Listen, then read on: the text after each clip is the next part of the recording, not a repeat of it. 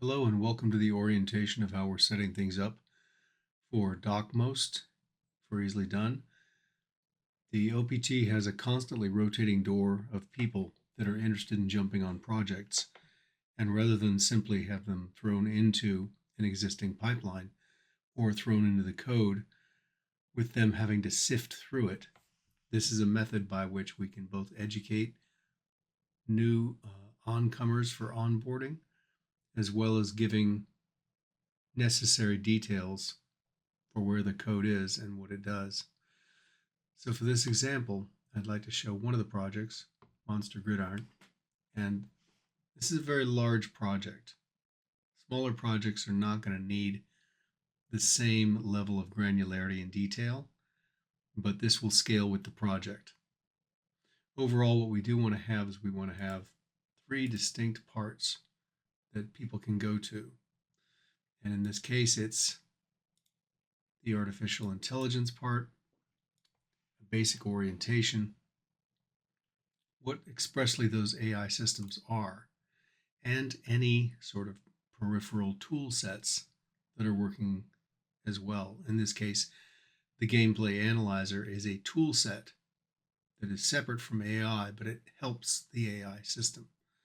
So if we go back in and take a look at these, the way that we want these set up is that someone can click or go to the top page. And what I've done is I've come down here to the sort of immediate children orientation AI systems gameplay analyzer. And I've gone in here and copied the link. And then I've pasted it here. And then I've given a short description. And this allows people to come up, go to these pages, and without having to open up this whole leftmost sort of spread out hierarchy, they just see the page itself. And they can click on orientation and go right to what they want to read about. So orientation in this case is an onboarding explanation of our AI systems or an FAQ as to why and where. I've even started putting back buttons in. I know that's a bit of a flourish, but if it works and it helps the person navigate by just going on the page, why not? And once they read up on the orientation, they can go actually to the systems themselves and read up on sort of each of these different areas. In this case, Monster Gridiron AI goes into all of this very explicit descriptions of what things do and why.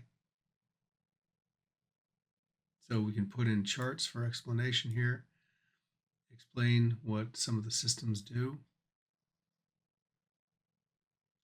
And they're all corralled under the title here of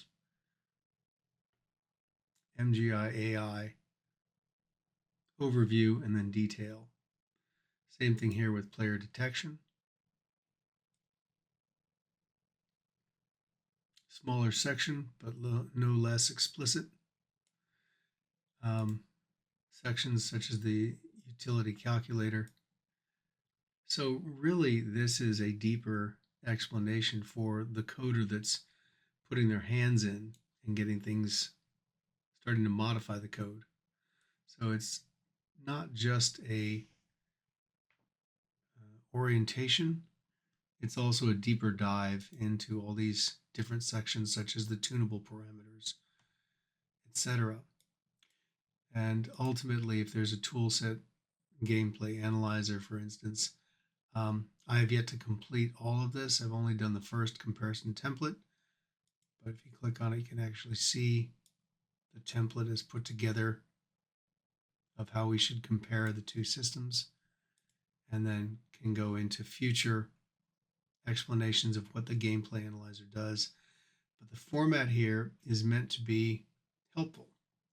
And what we like people to do when they author their code is to do it for not just the person that's going to be coming on and explain it in kind of an FAQ or a basic orientation of what does this do exactly, What are we looking at? What's the end product?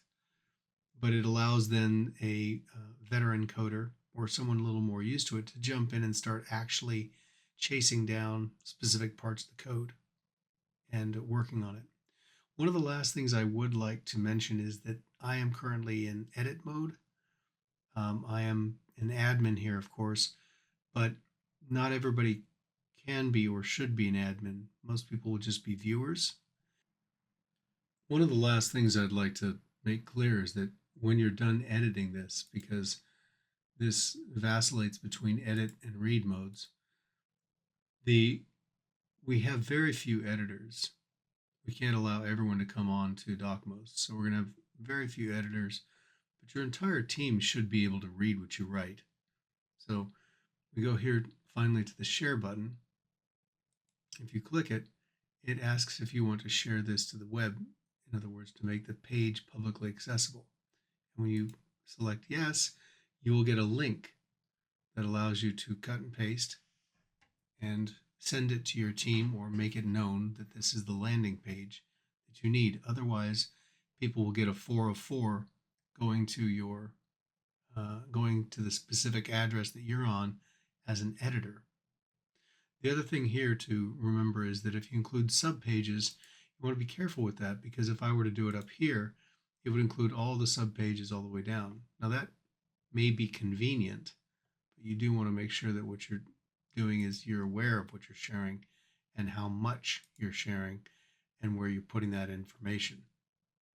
So this link may live in some place that's accessible, either Discord or some other public forum, but you want to make sure that you've got all the information necessary for people to read casually, tucked away, and under the hierarchy as well.